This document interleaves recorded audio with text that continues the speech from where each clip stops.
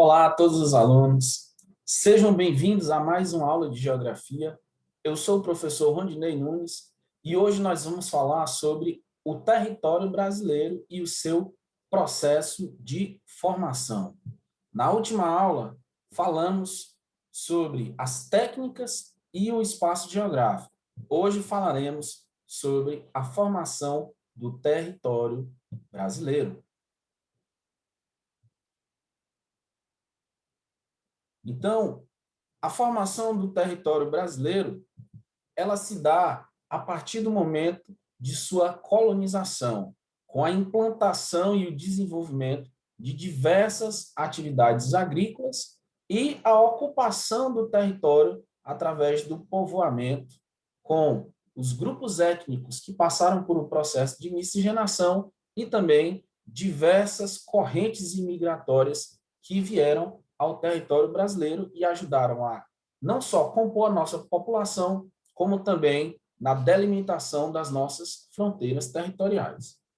Antes de mais nada, é preciso entender o que é um território. Do ponto de vista geográfico, um território adquire uma conotação política.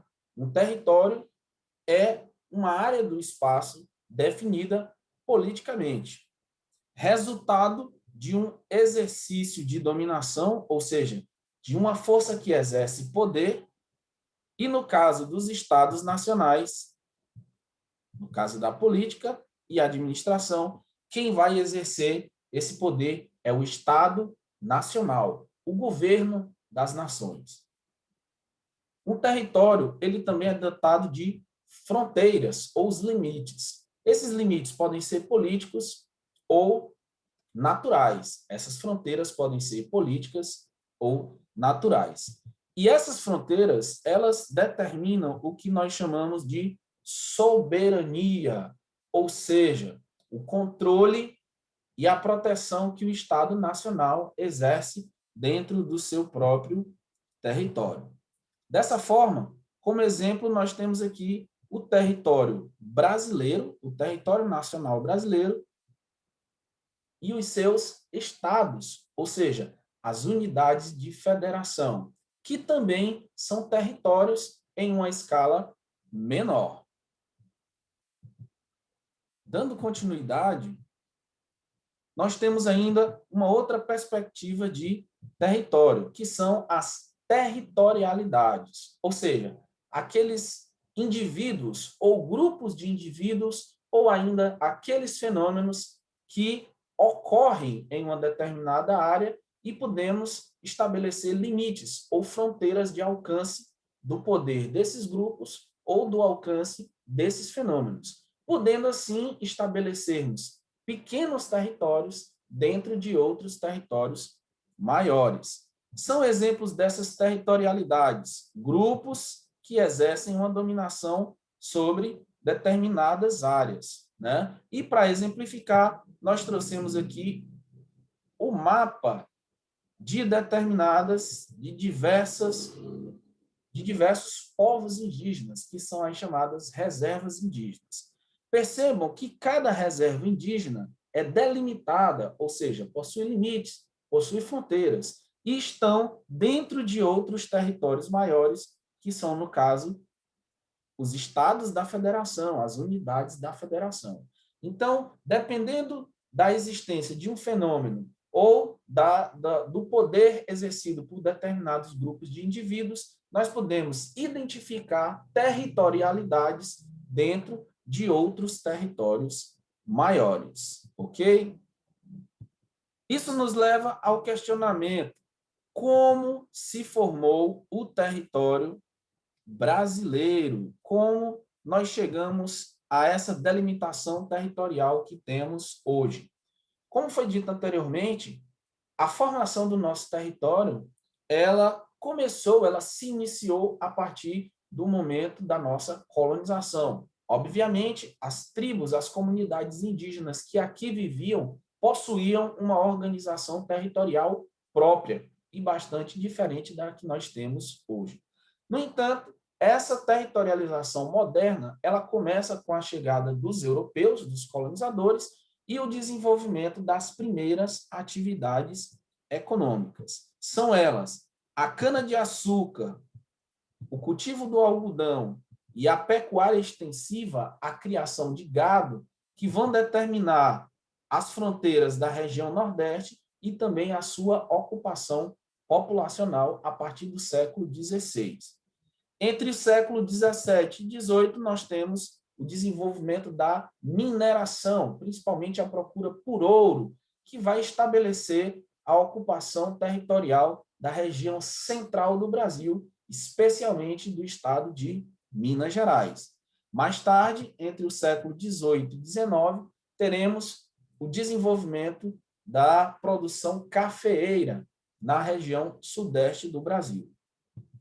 A pecuária extensiva e a agricultura familiar serão responsáveis pelo estabelecimento das fronteiras da região sul do Brasil, com um importante papel de imigrantes europeus, como italianos e espanhóis, por exemplo.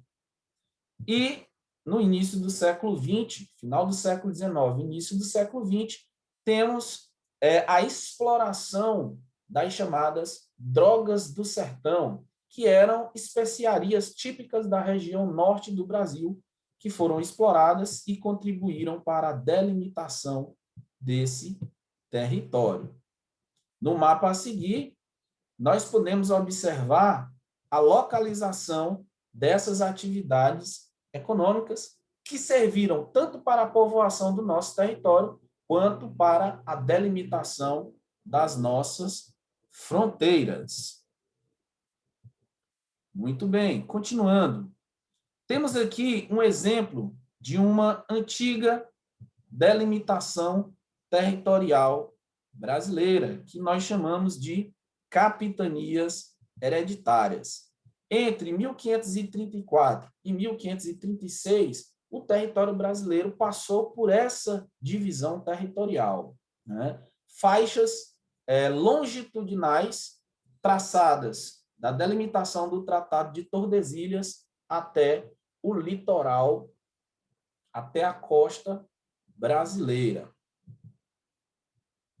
E a administração, quanto à forma como o nosso território é organizado atualmente, nós temos a divisão político-administrativa, onde temos a União, os estados e os municípios. A União é o governo central do país, é a organização administrativa central, geral do nosso país. Cabe à União a divisão percentual, a divisão proporcional dos recursos arrecadados por todo o país, em todo o território nacional, para as unidades da federação. Cabe também à União o estabelecimento de leis e decretos que vão ter validade em todo o território nacional, e cabe também à União a defesa das fronteiras e da soberania nacionais. Os estados são as unidades federativas autônomas, ou seja, aquilo que nós chamamos de estado, estado do Piauí, estado do Maranhão, estado do Ceará, são unidades que vão compor a nossa federação, o nosso país. Essas unidades, elas são autônomas política e administrativamente, ou seja, cada unidade da federação, cada estado, tem as suas leis próprias, com validade dentro do seu próprio território.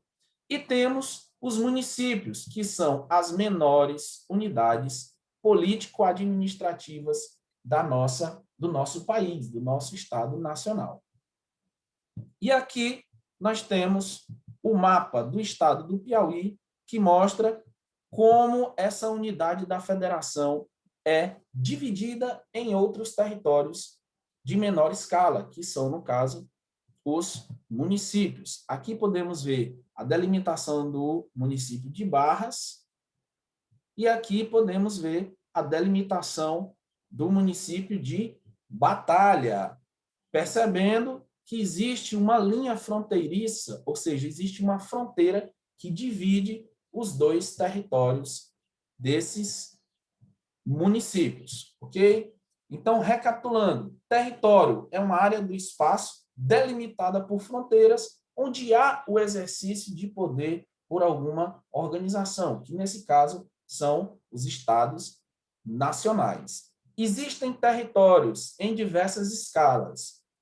O Brasil é um território em escala nacional, temos as unidades das federações, os estados, cada um também é um território, temos os municípios, que são os menores territórios dentro de um estado nacional, e temos as territorialidades, quando grupos de indivíduos estabelecem, exercem o poder sobre determinada área, configurando assim uma área territorial. Um território ou uma área onde percebemos uma territorialidade.